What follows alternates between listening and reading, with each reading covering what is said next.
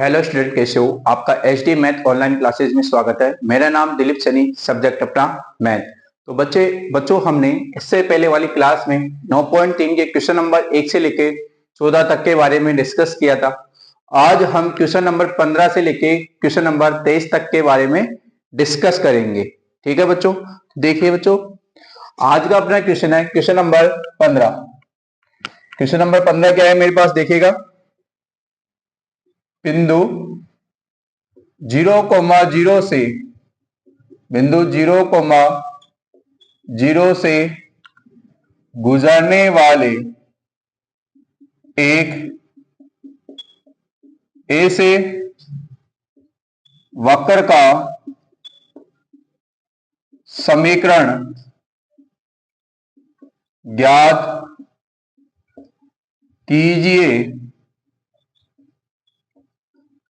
जिसका अवकल समीकरण y dash equal to e की power x dot sine x है। तो देखिए बच्चों, अपने पास एक क्वेश्चन है जिसका अवकल समीकरण दे रखा है और वो बिंदु 0,0 से जा रहा है। तो उस वक्र का आपको क्या ज्ञात करना है? समीकरण। तो देखिएगा, मेरे पास अवकल समीकरण है y डैश मीन्स क्या होता है? dy by D X equal to की पावर x साइन x। ठीक है, तो हम कर रहे हैं 9.3 में कौन सा मेथड? चरों का पृथक्करण। तो मैं चरों को पृथक करता हूं। dy इक्वल टू ई की power x sine x dot dx। ठीक है, और दोनों पक्षों का मैं क्या कर रहा हूं? समाकलन। तो देखिएगा, इसका समाकलन ज्ञात करने के लिए मैं इसको अलग से क्या मान रहा हूं? आई e की पावर x साइन x और dx। इसको करेंगे आइलेट के अकॉर्डिंग। तो आइलेट के अकॉर्डिंग ILATE, टी का होता है, ये फर्स्ट फंक्शन हो गया, ये कौन सा फंक्शन हो गया? सेकंड। तो फर्स्ट डॉट सेकंड फंक्शन क्या होता है? आपको फर्स्ट फंक्शन को छोड़ना है, सेकंड फंक्शन का क्या करना है? समाकलन। dy by D x, first function का क्या करना है? अवकलन, सेकंड का समाकलन। ठीक है, और जो रिजल्ट आएगा उसका फिर से समाकलन। तो साइन x e की पावर x का समाकलन e की पावर x, साइन x का अवकलन क्या होता है? cos x, e की पावर x का समाकलन e की पावर x।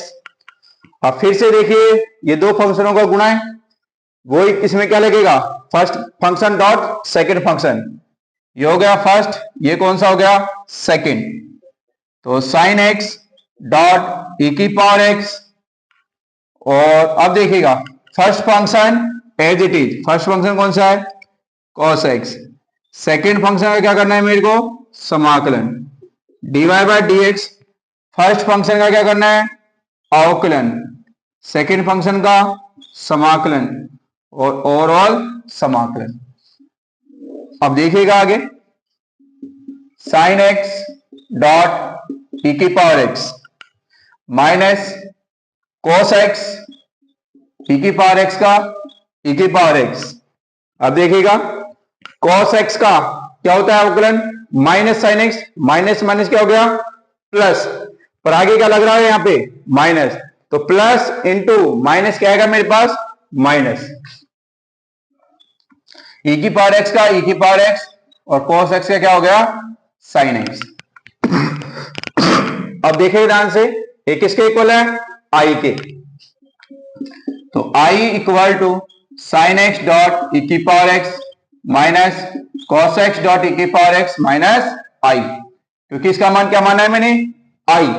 माइनस i इधर आएगा तो किसका हो गया? प्लस का, और i क्या हो गए? 2i। इन दोनों में से मेरे को क्या कॉमन दिख रहा है? e की पावर x। क्या बचेगा मेरे पास? Sine x minus cos x। तो i इक्वल टू क्या आएगा? e की power x by 2 sine x minus cos x। अब देखिएगा, इसको मैंने डाल दिया इक्वेशन नंबर फर्स्ट। अब इक्वेशन फर्स्ट में e की power x dot sine x dx की वैल्यू में पुट कर रहा हूं। तो dy का समाकलन क्या होगा? y, और इसका आंसर क्या है? e की power x by 2 sine x minus cos x plus c। ठीक है। अब देखिएगा ध्यान से, मेरे पास दिया है कि 0,0 से गुजरने वाले, तो मैं इसमें 0,0 डाल रहा हूं, तो x के स्थान पे भी 0 रख रहा हूं, y के स्थान पे भी 0। तो 0 इक्वल टू e की power 0/2 sine 0 minus cos 0 plus c। मैं इसको डाल देता हूं इक्वेशन नंबर 2। मैं लिख देता हूं, यह वक्र 0,0 से गुजरता है। ठीक है, तो 0 इक्वल टू की पावर 0 की वैल्यू 1, साइन 0 की वैल्यू 0, कॉस 0 की वैल्यू 1। तो देखो 0 माइनस 1 क्या आएगा मेरे पास, -1। -1 का 1/2 से गुना, -1/2, और -1/2 दे जाएगा तो किसका हो गया, प्लस का। मैं सी का मान कौन से समीकरण में रख रहा हूं, समीकरण नंबर 2 में। सी का मान समीकरण 2 में रखने पर, तो मेरे पास क्या आएगा, y इक्वल टू ई की power x/2 sine x minus cos x, c की वैल्यू है 1/2। थोड़ा सा और सिंप्लीफाई करता हूं मैं इसको, देखेगा।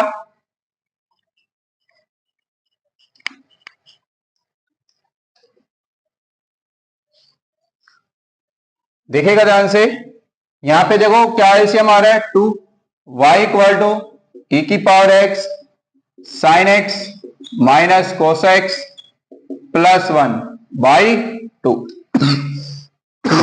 मैं क्रॉस मल्टीप्लाई कर रहा हूं, 2 का y से multiply, 2y equal to E की power x sine x minus cos x plus 1, plus 1 इधर गया तो -1, ई की power x sine x minus cos x। ठीक है, ये क्या है मेरे पास, वक्र का समीकरण जिसका अवकल समीकरण है y dash equal to E की पावर x साइन x, और जो बिंदु 0,0 से क्या होता है, गुजरता है। ठीक है, नेक्स्ट क्वेश्चन देखता हूं मैं, क्वेश्चन नंबर कौन सा, 16।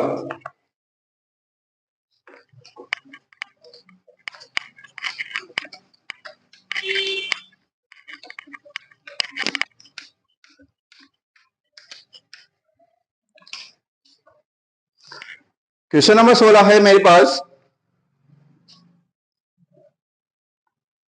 अवकल समीकरण, अवकल समीकरण X Y dy by dx equal to x plus 2 y plus 2 के लिए बिंदु 1,-1 से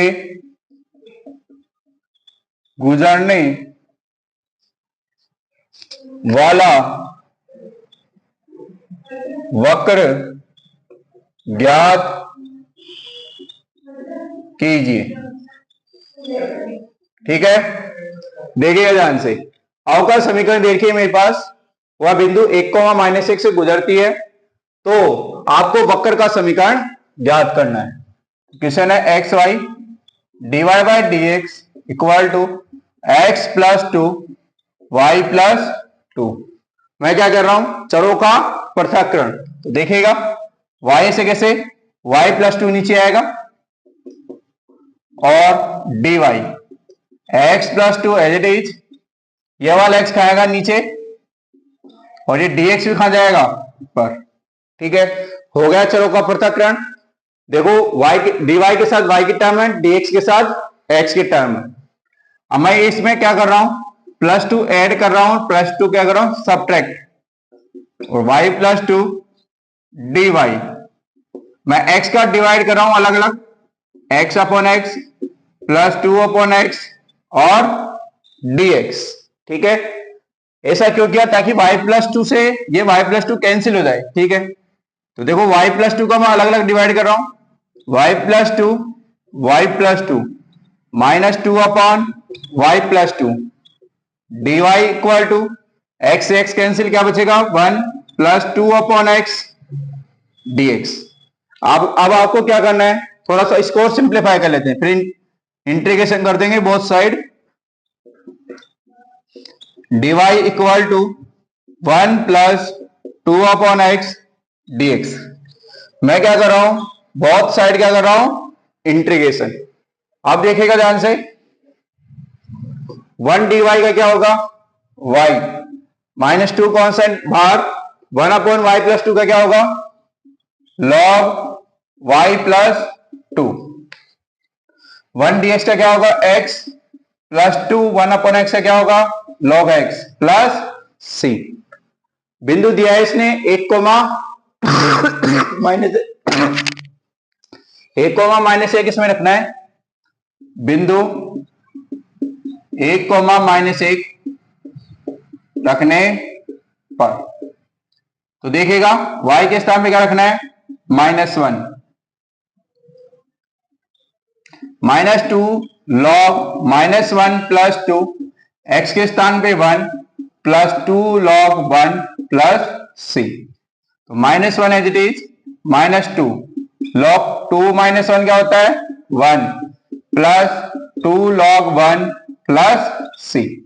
तो देखिएगा log 1 की वैल्यू क्या होती है, 0, यहां भी क्या होती है, 0, इसकी वैल्यू क्या है, 0, इसकी वैल्यू भी 0, प्लस 1 इधर जाएगा तो किसका हो गया, माइनस का। c की वैल्यू क्या आएगी, -1 -2, और c का मान, इसको समीकरण एक डाल देते हैं, c का मान समीकरण 1 में रखने पर, तो देखिए क्या आएगा मेरे पास, y -2 log y plus 2 equal to x plus 2 log x minus के 2। थोड़ा सा और इसको सिंप्लीफाई करते हैं। देखो मैं क्या कर रहा हूं, इस वाली टर्म को इधर भेज रहा हूं, इसको इधर लेके आ रहा हूं, तो y प्लस एक्स इधर आएगा तो माइनस के x, -2 इधर आएगा तो प्लस का 2 equal to 2 log x plus minus की वाली टर्म इधर जाएगी तो किसकी जाएगी, प्लस की, y प्लस 2। तो देखिएगा y minus X plus 2 equal to, दोनों में कॉमन क्या है, कॉमन क्या, log m की पावर n लगा देते हैं इसमें, तो log x square plus log y plus 2 का होल स्क्वायर। तो y minus X plus 2 equal to log m plus log n क्या होता है, log m इंटू n। तो ये क्या है मेरे पास, इस अवकल समीकरण के लिए वक्र का समीकरण है जो बिंदु 1, -1 से गुजरता है। ठीक है बच्चों, नेक्स्ट क्वेश्चन देखता हूं मैं, क्वेश्चन नंबर 17। क्वेश्चन नंबर 17 देखिएगा क्या है अपने पास,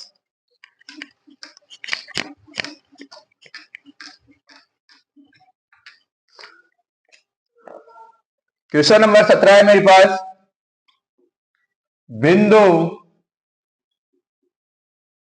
0, -2 से गुजरने वाले एक ऐसे वक्र का समीकरण ज्ञात कीजिए जिसके किसी बिंदु x, y पर स्पर्श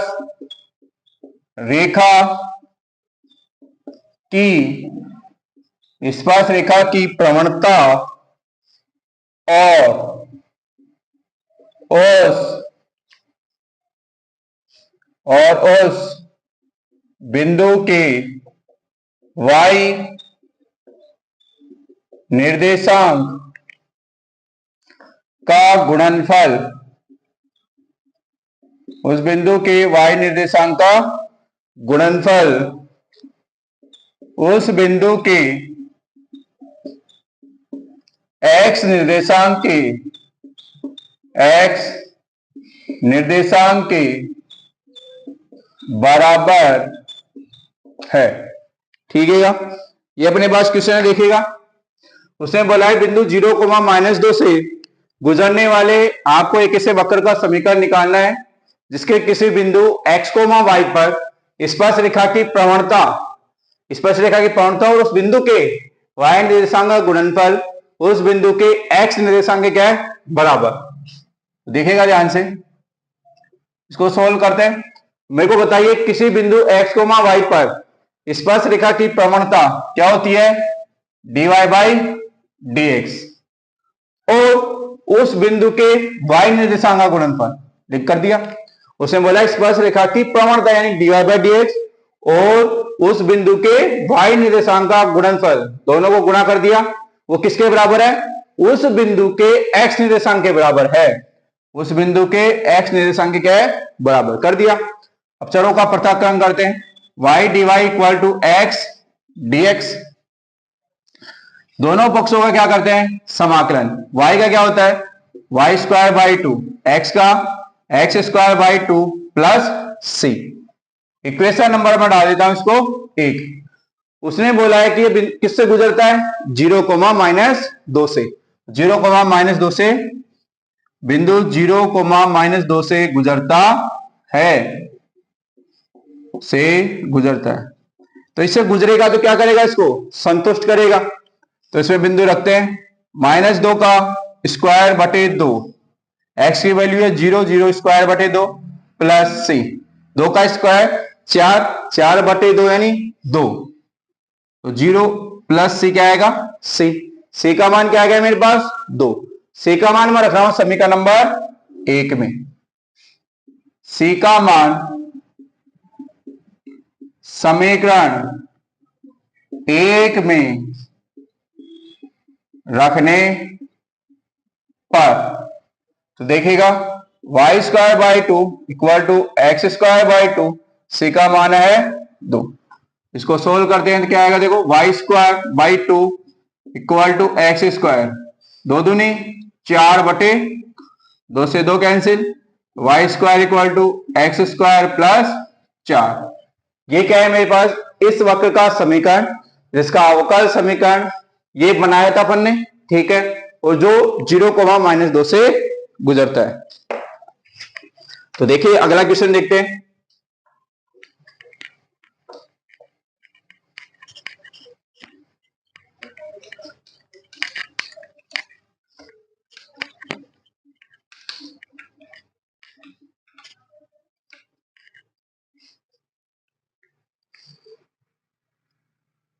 क्वेश्चन नंबर मेरे पास है 18। एक वक्र के किसी बिंदु x, y पर स्पर्श रेखा की प्रवणता स्पर्श बिंदु को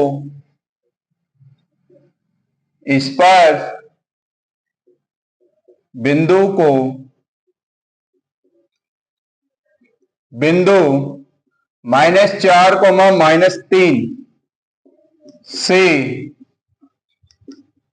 मिलाने वाले रेखाखंड की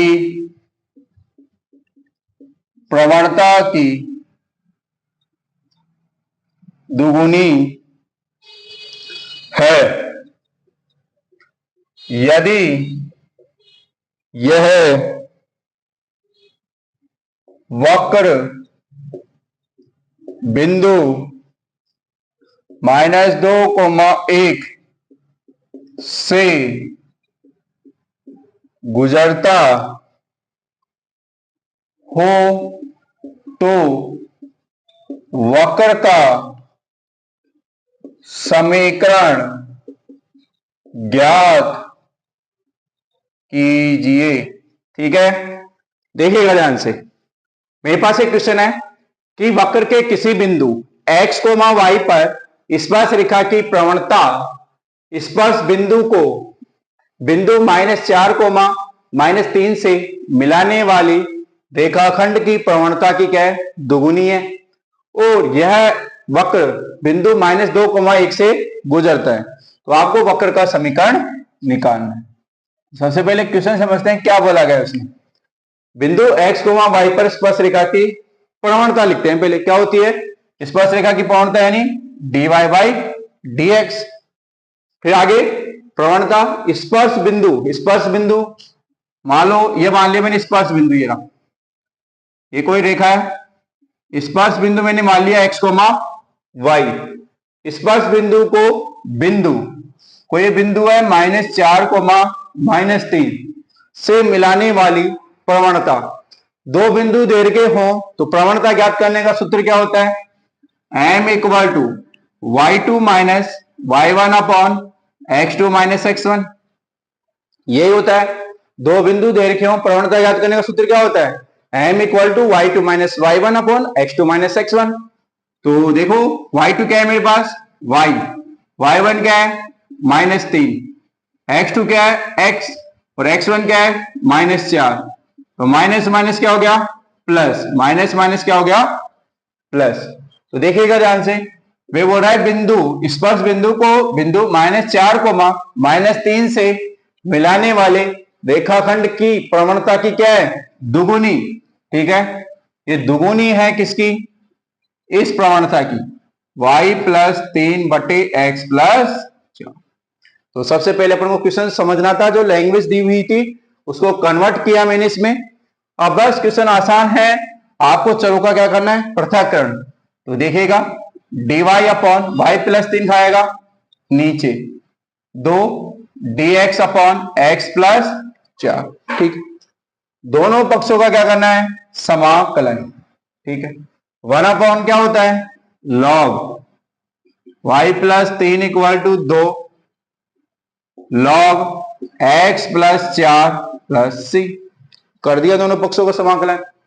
अब बिंदु दिया है मेरे पास -2,1, इधर रखते हैं यहां पे, -2,1 से गुजरने पर। ठीक है, ये हो गई समीकरण नंबर 1। तो देखिएगा ध्यान से, क्या आएगा log y plus, sorry y का मान क्या है मेरे पास 1, यहां पे तो 3 ही आएगा, 2 लोग x का मान -2 प्लस 4 प्लस c। तो क्या आएगा मेरे पास, देखो 3 रेख 4, लॉग 4 इक्वल टू 2 लोग 4 में से दोगे तो 2 प्लस c। तो 4 को मैं लिख सकता हूं 2 का स्क्वायर, तो 2 लोग 2 इक्वल टू 2 लोग 2 प्लस c। 2 लोग 2 माइनस 2 लोग 2, क्या बचेगा 0। तो c का वैल्यू क्या है मेरे पास 0। ठीक है, c का मान समीकरण नंबर 1 में रखने पर, c का मान समीकरण 1 में रखने पर, तो देखिएगा क्या आएगा मेरे पास log y plus 3 equal to 2 log x plus 4, c का मान क्या है 0, तो रखने की जरूरत नहीं है 0 c का मान। तो ठीक है, अब देखते हैं ध्यान से, y plus 3 equal to log m, n log m क्या होता है लॉग m की पावर n, 2 कहां चल जाएगा इसकी पावर पे, तो लॉग x प्लस 4 का होल स्क्वायर। ठीक है, यहां लोग कहां गया, लोग लॉग से लोग गया, y plus 3 equal to X plus 4 का होल स्क्वायर। ये क्या है मेरे पास, इस वक्र का समीकरण, जिसकी अवकल समीकरण अपन ने ये बनाई थी, जो बिंदु -2,1 से गुजर रहा था। नेक्स्ट क्वेश्चन देखते हैं। नेक्स्ट क्वेश्चन बड़ा अच्छा है, शानदार क्वेश्चन है, दमदार क्वेश्चन है। ठीक है, देखिएगा ध्यान से, मेरे पास नेक्स्ट क्वेश्चन है क्वेश्चन नंबर 19। ठीक है,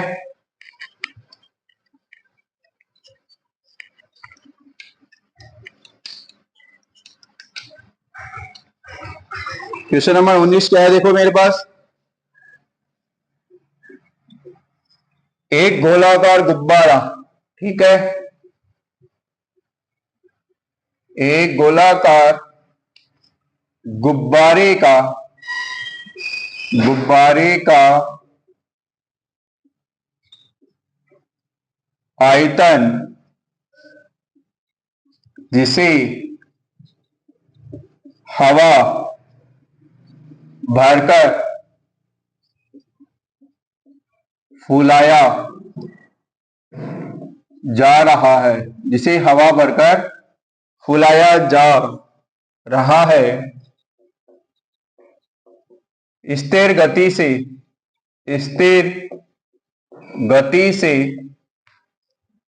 बदल रहा है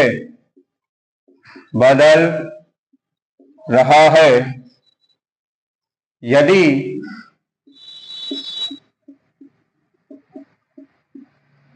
आरंभ में इस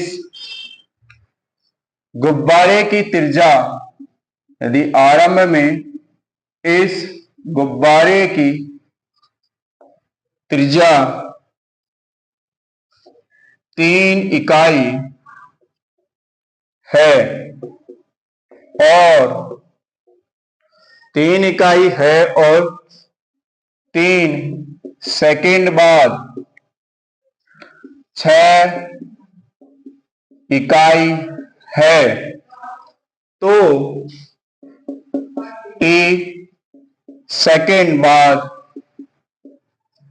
उस गुब्बारे की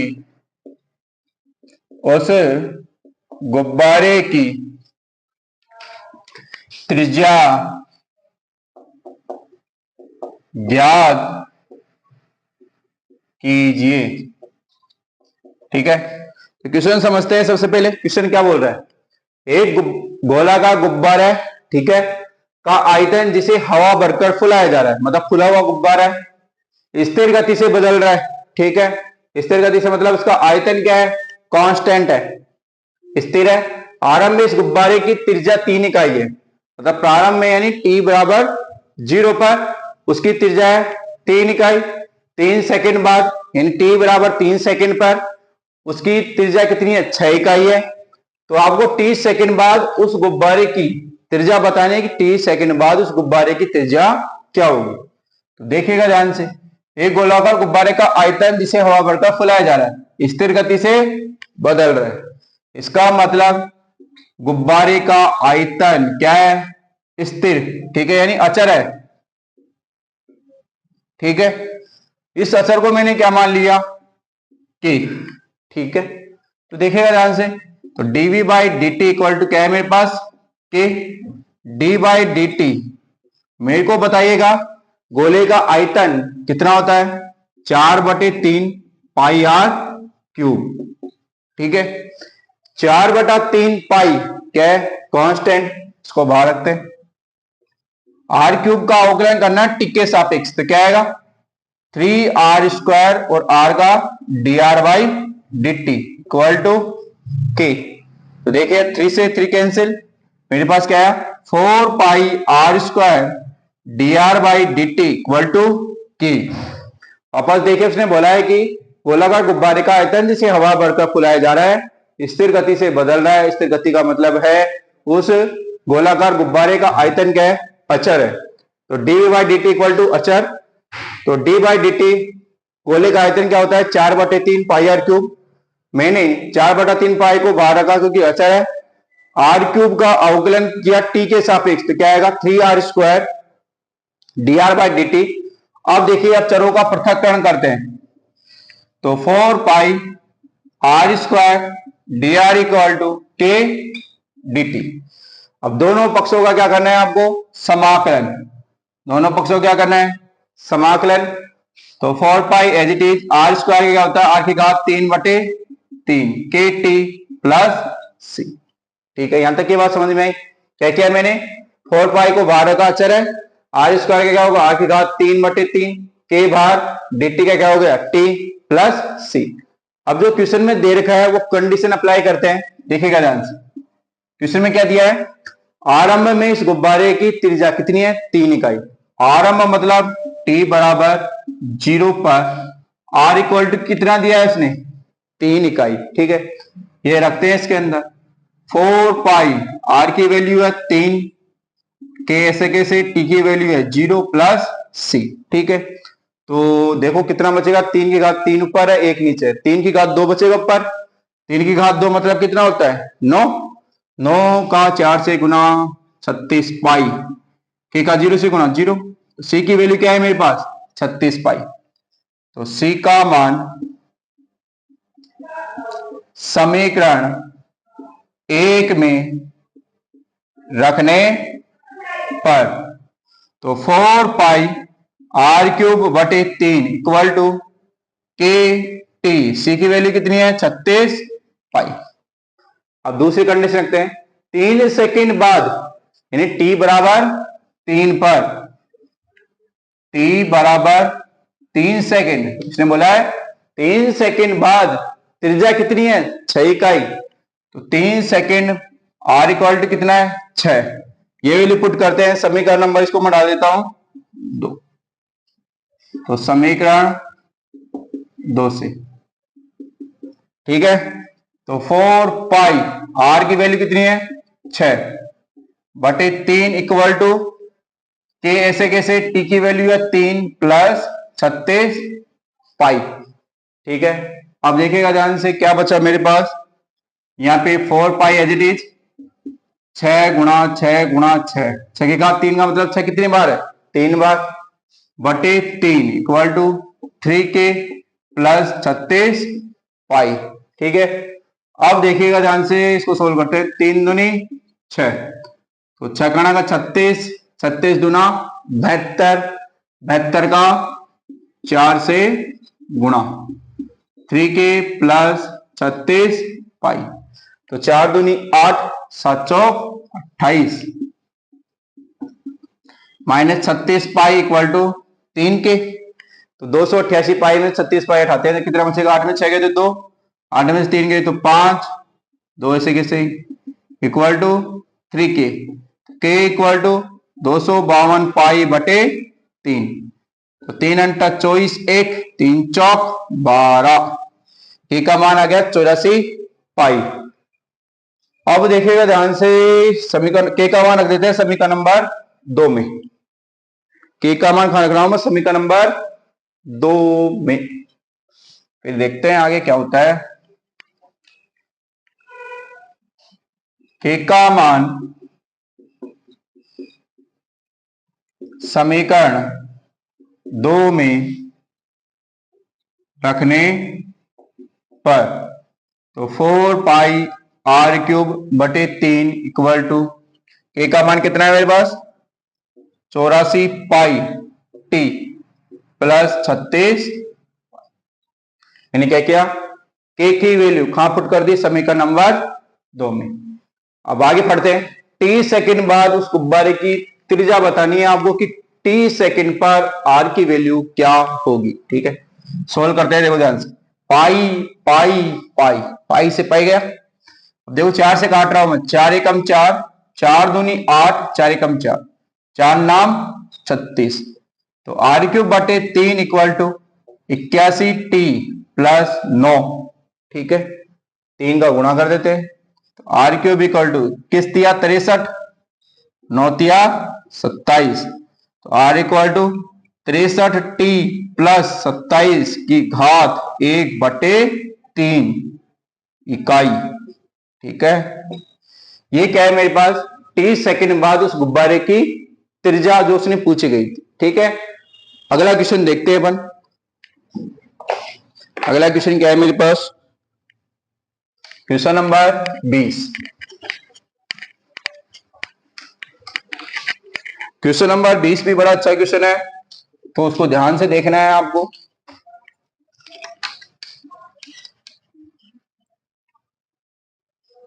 क्वेश्चन नंबर 20 क्या है मेरे पास, देखिएगा क्वेश्चन नंबर 20 और जो क्वेश्चन नंबर 21 करेंगे हम, वो अपने जो एग्जाम्पल किया था एग्जाम्पल नंबर 9 उससे सिमिलर है, तो इसको एक बार फिर से देखते हैं। देखिएगा, किसी बैंक में मूलधन की वृद्धि आर प्रतिशत वार्षिक दर से होती है यदि 100 रुपए 10 वर्षों में दुगुने हो जाते हैं तो आय का मान ज्ञात कीजिए। और आपके पास जो log 2 बेस ई इसकी वैल्यू दी है 0.6931। ठीक है, अब इसको सोल्व करना है, देखिएगा ध्यान से। किसी बैंक में मूलधन की वृद्धि मतलब डीपी बाई डीटी, ठीक है, की वृद्धि आर प्रतिशत वार्षिक दर से होती है। ठीक है, तो किसका आर परसेंट, मूलधन का क्या होगी आर परसेंट हटाने के लिए नीचे क्या लगाऊंगा जब मतलब किसी बैंक में मूलधन की वृद्धि आर प्रतिशत वार्षिक दर से होती है। ठीक है, तो मूलधन की वृद्धि मतलब डीपी बाई डीटी, आर प्रतिशत वार्षिक दर मतलब किसका, मूलधन का आर प्रतिशत। चरों का पृथक्करण करते हैं, D P by P equal to R बटे 100 इंटू डी। ठीक है, अब देखिए दोनों पक्षों का क्या कर रहा हूं मैं, समाकलन। ठीक है, 1/p का क्या होगा log p, आर बटे 100 ऐसे कैसे, dt का क्या होगा t प्लस सी। ठीक है, अब जो क्वेश्चन बोला है उसके अकॉर्डिंग देखते यदि 100 रुपए 10 वर्षों में दोगुने हो जाते हैं, ठीक है, यानी मेरे पास शुरू में कितने रुपए थे 100 रुपए, यानी मेरे पास t बराबर 0 पर प्रिंसिपल कितना है 100 रुपए। समझ में आई बात, यदि 100 रुपए 10 वर्षों में दुगने कब होंगे, जब मेरे पास 100 रुपए तो होंगे, तो 100 रुपए कब थे मेरे पास शुरू में मतलब t बराबर 0 पर। कंडीशन रखते हैं इसमें, तो log p मतलब 100 r बटे 100 इंटू 0 प्लस सी, तो c की वैल्यू क्या आएगी मेरे पास log 100। ठीक है, c का मान समीकरण नंबर 1 में रखता हूं मैं, c का मान समीकरण 1 में रखने पर log p equal to r बटे 100 t प्लस log 100, तो log p इक्वल टू, ठीक है, यहां तक की वैल्यू समझ में आ गई। आगे देखते हैं, यदि 100 रुपए 10 वर्षों में दुगने हो जाते हैं, ठीक है, यानी t बराबर कितने पे 10 वर्ष में, t बराबर 10 वर्ष, यानी 10 वर्षों में दुगने, 100 का दुगना कितना होगा 200 रुपए, यानी 10 वर्षों में दुगने हो जाते हैं। ये कंडीशन रखते हैं, इसको डाल देता हूं मैं समीकरण नंबर 2, तो log p की वैल्यू है 200, r बटे 100 इंटू टी की वैल्यू 10 प्लस log, ठीक है, तो log 200 minus log 100 equal to 0 0 cancel, r बटे 10, कितना बचेगा log m minus log n क्या होता है log m अपॉन n, ठीक है, इक्वल टू r बटे 10, 2 0 से 2 0, तो log 2 बेस ई है सभी ना, ये सारी वैल्यू किसमें बेस ई में, बेस ई, जहां बेस ई नहीं लग रहा है मतलब समझ जाना बेस क्या है ई, यहां भी क्या है बेस ई, यहां भी क्या है base E, equal to r बटे 10, तो r equal to 10 log 2 base e, उसने log 2 बेस ई की वैल्यू दी है 0.6931, 0.6931, 10 से मल्टीप्लाई करेंगे क्या आएगा 6.931, तो R इक्वल टू अप्रोक्सीमेटली कितना आएगा 6.9%। ठीक है, तो R का मान क्या आएगा जब 100 रुपए 10 वर्षों में दोगुने हो जाते हैं तो 6.9%। अगला क्वेश्चन देखते हैं, क्वेश्चन नंबर 21।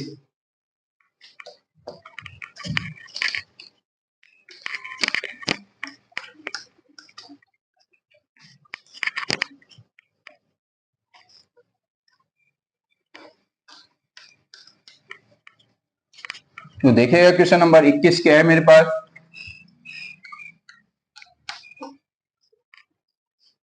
क्वेश्चन नंबर 21 भी सेम ऐसा ही है, बस इस बार इसने आर में दी थी वैल्यू, इसने आर की वैल्यू दे दी। 21 है मेरे पास, किसी बैंक में मूलधन की वृद्धि 5% वार्षिक की दर से होती है। इस बैंक में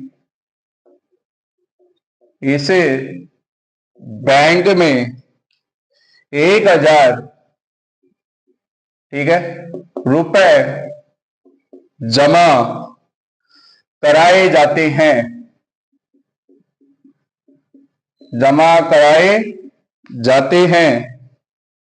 ज्ञात कीजिए कि 10 वर्ष बाद यह राशि कितनी हो जाएगी। और आपके पास e की पावर 0.5 की वैल्यू दी है इसने 1.648। तो देखिएगा इसको हल करना है आपको। तो सबसे पहले क्वेश्चन समझते हैं, क्वेश्चन क्या बोलना चाह रहा है। किसी बैंक में मूलधन की वृद्धि यानी डीपी बाई डीटी 5% वार्षिक की दर से, यानी किसका 5%, मूलधन का 5%। इस बैंक में 1000 रुपए जमा कराए जाते हैं, ठीक है, यानी शुरू में t बराबर 0 पे मैंने कितने रुपए जमा कराए इसमें 1000 रुपए।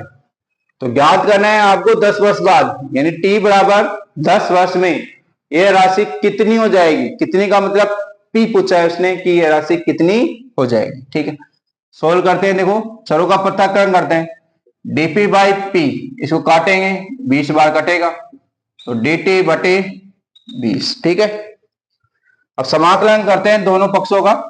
1/p का क्या होता है log p बेस e, 1/20 ऐसे कैसे dt का t plus c, equation number first. अब जो कंडीशन क्वेश्चन में दी है वो अप्लाई करता हूं मैं इसमें। इस बैंक में 1000 रुपए जमा करवाए जाते हैं, यानी t बराबर 0 पर p कितना दिया है इसने 1000।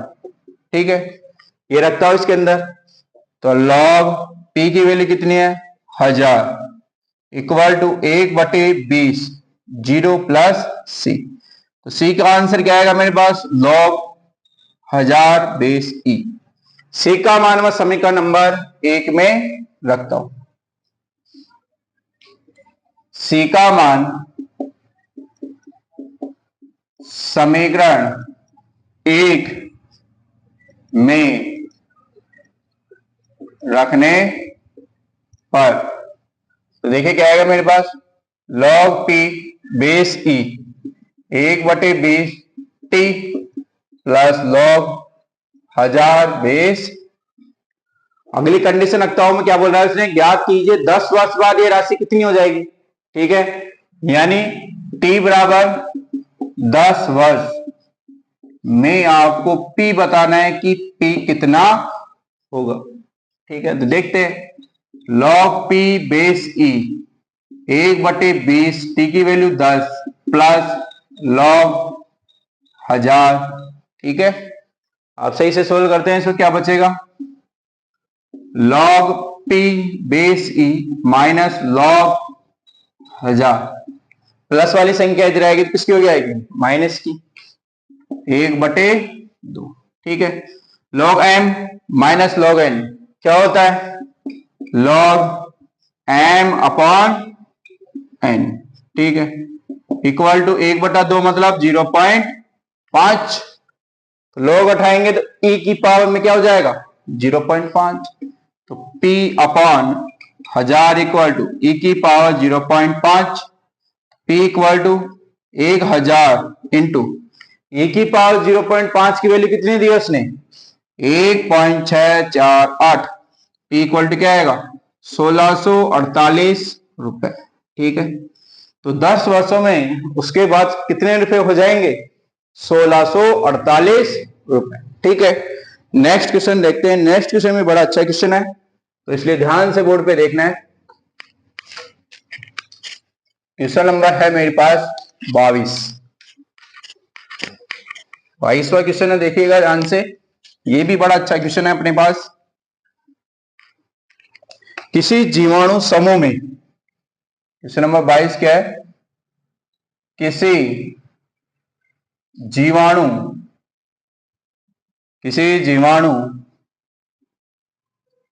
समूह में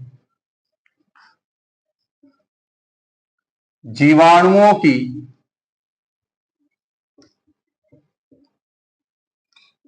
संख्या 1,00,000 है। ठीक है। आपसे बोला 2 घंटों में इनकी संख्या 10%, इनकी संख्या में 10% की वृद्धि होती है। कितने घंटों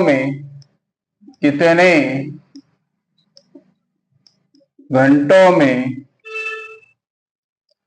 जीवाणुओं की, कितने घंटों में जीवाणुओं की संख्या 2,00,000 हो जाएगी यदि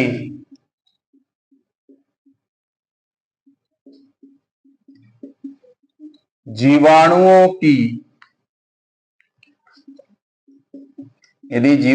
के वृद्धि की दर, यदि जीवाणुओं की वृद्धि की दर उनके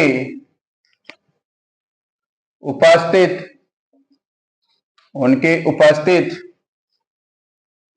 संख्या के समानुपाती है। ठीक है। तो ये क्वेश्चन अपने पास, इसके बाद लास्ट ऑब्जेक्टिव क्वेश्चन है एक, तो अपने पास एक्सरसाइज कंप्लीट हो जाएगी। देखिएगा ध्यान से। यदि किसी जीवाणु समूह में जीवाणुओं की संख्या कितनी है, 1,00,000, तो मैंने लिखा यहां पे माना जीवाणुओं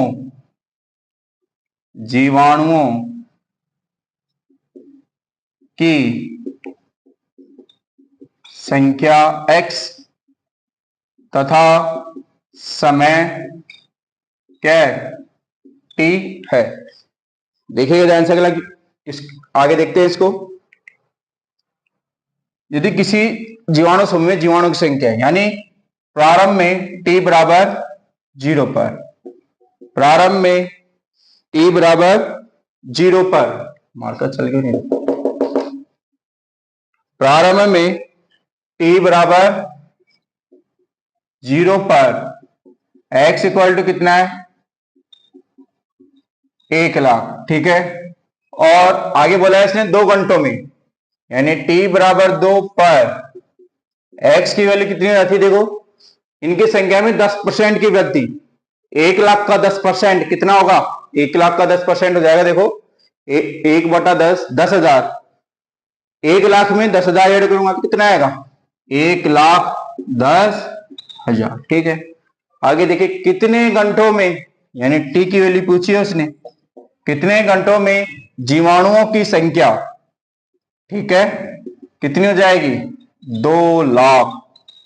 ये मेरे पास क्वेश्चन है। आगे क्या बोला है, यदि जीवाणुओं की वृद्धि की दर, ठीक है, जीवाणुओं की वृद्धि की दर मीन्स dx बाई dt उनकी उपस्थित संख्या के समानुपाती है, ठीक है, उपस्थित संख्या यानी x के क्या है, समानुपाती। dx बाई dt समानुपातिक चिन्ह हटाया, मैंने कांस्टेंट मान लिया k, ठीक है। चलो का पृथक्करण करते हैं, dx upon X equal to k dt, दोनों पक्षों का क्या करता हूं मैं, समाकलन। तो 1 अपॉन एक्स से क्या होता है, log x बेस e के टी प्लस सी। इक्वेशन नंबर फर्स्ट, जो कंडीशन ये तीनों है ये अप्लाई करता हूं मैं 1/1। टी बराबर 0 पर x इक्वल टू कितना है, 1 लाख, पुट करते हैं इसमें, log 1 लाख बेस ई के टी की वैल्यू 0 प्लस सी, तो सी की वैल्यू क्या आएगी, log 1 लाख बेस ई, ठीक है। इसी का मान मैं रख रहा हूं समीकरण नंबर 1 में, सी का मान समीकरण 1 में रखने पर, ठीक है। देखिए ध्यान से, log x base E equal to k t plus log 1 lakh base e, ठीक है। अब अगली कंडीशन रखते हैं t बराबर 2 पर। अगली कंडीशन क्या है, समीकरण नंबर 2 डाल देता हूं, t बराबर 2 पर x इक्वल टू कितना है, 1,10,000, ये पुट करते हैं इसके अंदर, log 1,10,000 base E equal to k t की value 2 plus log 1 lakh base e, ठीक है। अब देखिएगा, log 1,10,000 बेस ई, प्लस की संख्या जाएगी, किसकी जाएगी, माइनस की, इक्वल टू के, वापस देखिए किया मैंने, प्लस वाली टर्म को इधर लेके गया, प्लस वाली टर्म किसकी होगी, माइनस की। log m minus log n क्या होता है, log m अपॉन n, तो log 1,10,000 log 1 lakh base E equal to K, तो देखो 3 3 4 4 4 जीरो से 4 जीरो गई, तो बचा क्या, log 11/10 base E equal to K का मान क्या आएगा, 1/2 log 11/10 base E. Last condition अब पुट करता हूं इसके अंदर में, ठीक है। तो देखिएगा लास्ट कंडीशन क्या है इसके अंदर,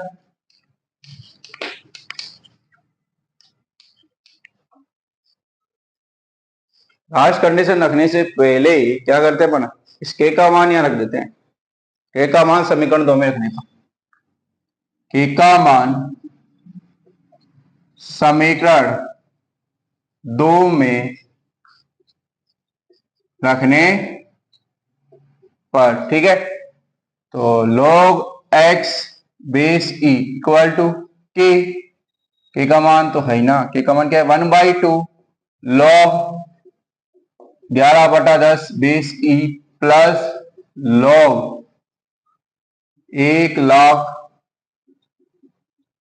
बेस ई, समीकरण नंबर 3। अगली कंडीशन क्या है, टी की वैल्यू फाइंड करनी है मेरे को, कब, एक्स की वैल्यू की हो 2 लाख, ठीक है। अब ये वाली कंडीशन इसमें रखते हैं और आंसर निकल जाएगा, ठीक है। देखिएगा, log 2 lakh base E equal to, यहां पे के टी भी है, sorry, 1/2 log base e 11/10 into t plus log 1 log, base e. ठीक है, इसको इधर पुट करते हैं तो log 2 lakh minus log 1 lakh base E equal to 1/2 log 11/10 into t. ठीक है, अब देखिए log m minus log n क्या होता है, log m अपॉन n। तो 2 लाख बटे 1 lakh equal to 1/2 log 11/10 into t. 2 2 3।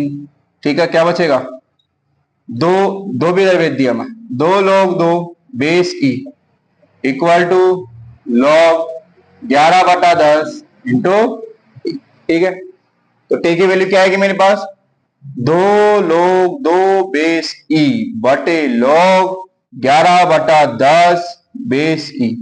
ठीक है, ये क्या है मेरे पास, टी।